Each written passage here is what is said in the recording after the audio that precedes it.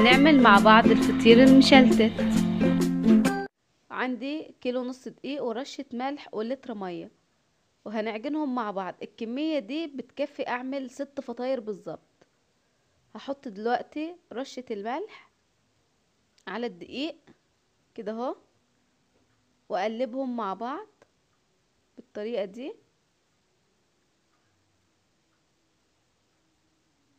وهنزل عليهم بالمية كده واحدة واحدة واعجن مع بعض.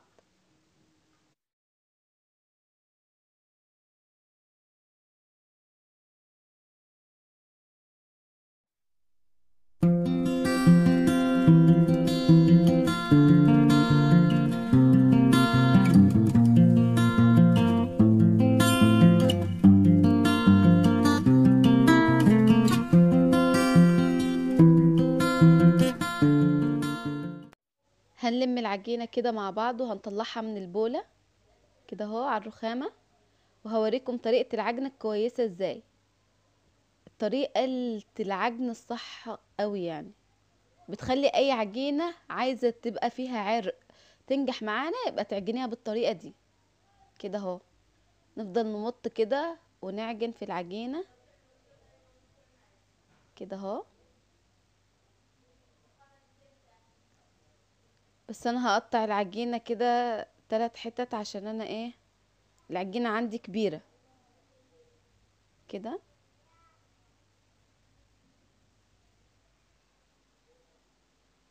وهبتدي اعجن واحدة واحدة كده.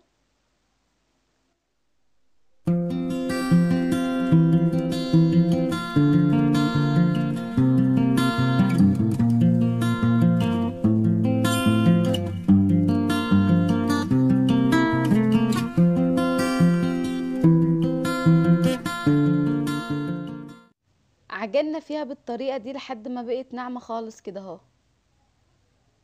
هسيبهم يرتاحوا كده نص ساعة او ربع ساعة يعني على حسب. هرجع لكم تاني بعد ما اسيبهم يرتاحوا. وادي بعد ما ارتاحوا كده اهو، هنشوف هنعمل فيهم ايه. هبتدي افردهم بالطريقة دي كده.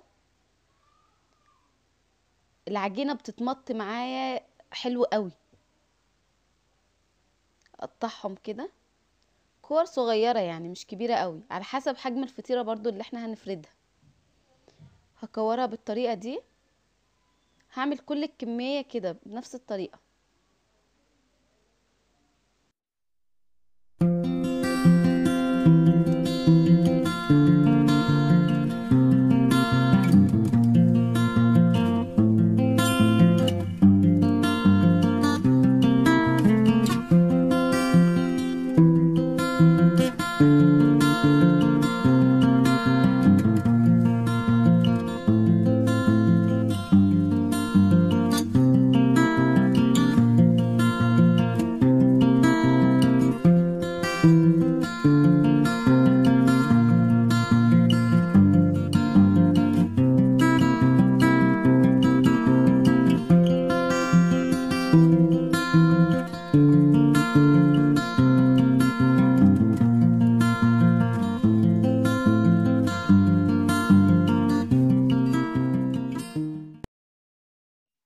وهنجيب كده صينية ونحط فيها الكور اللي انا كورتها. الاول هدهنها بشوية زيت واحط ايدي برضو شوية زيت كده.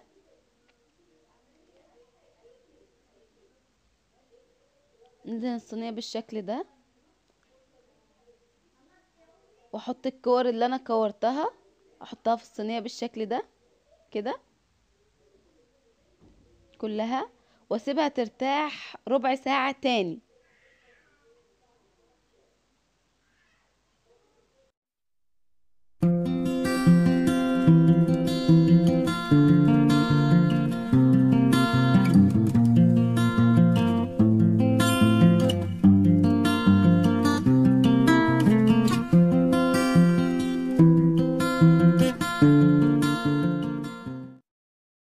وادي العجينة بعد ما ارتاحت ربع ساعة حطيت عجينة في بولة فيها سمنة، والسمنة تكون دافية شوية.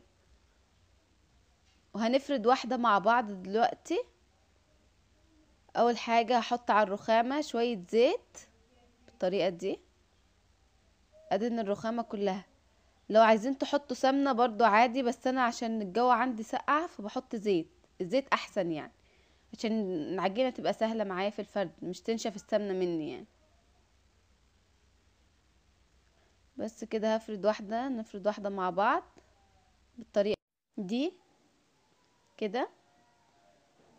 هنفرد ازاي بقى؟ من جوه لبره كده اهو، من السنتر بتاع العجينة لبره كده، من جوه لبره. نفضل نفرد كده.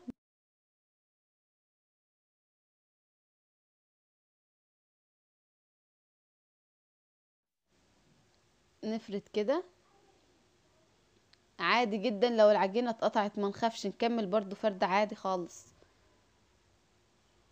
مش اشكال يعني. كده كده هنطبقها احنا.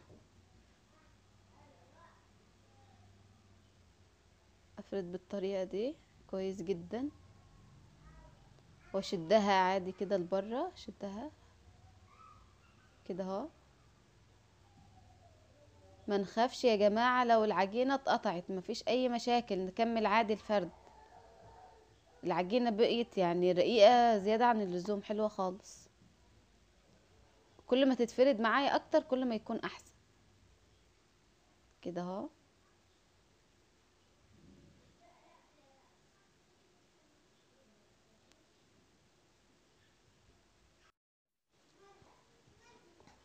ابتدي كده اهو، هطبق العجينة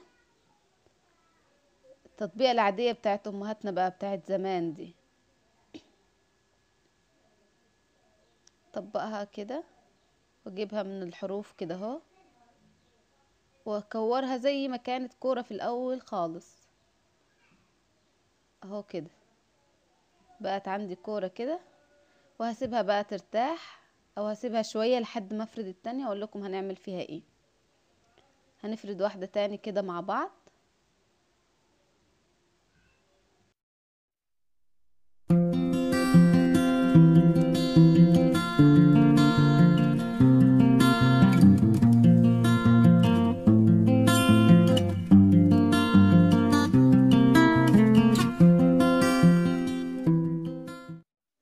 وهنطبق التانية كده اهو، وهجيب اللي انا كورتها احطها عليها، احطها عليها كده بالشكل ده. وهطبق الم العجينة زي ما كانت تاني كده، واطبقها زي ما طبقت الاولانية بالظبط،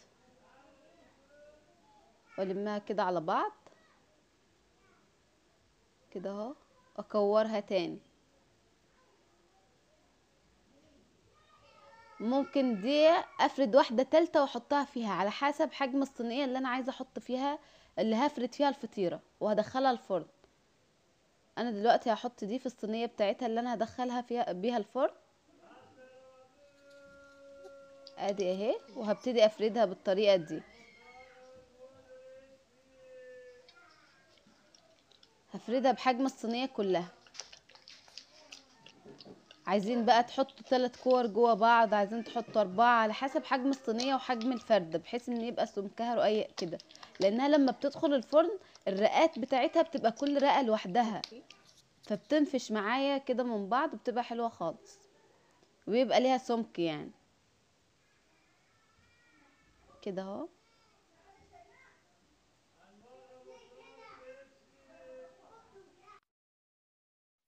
وهدخلها الفرن هي وكده، وهوريها لكم بعد ما تطلع ان شاء الله.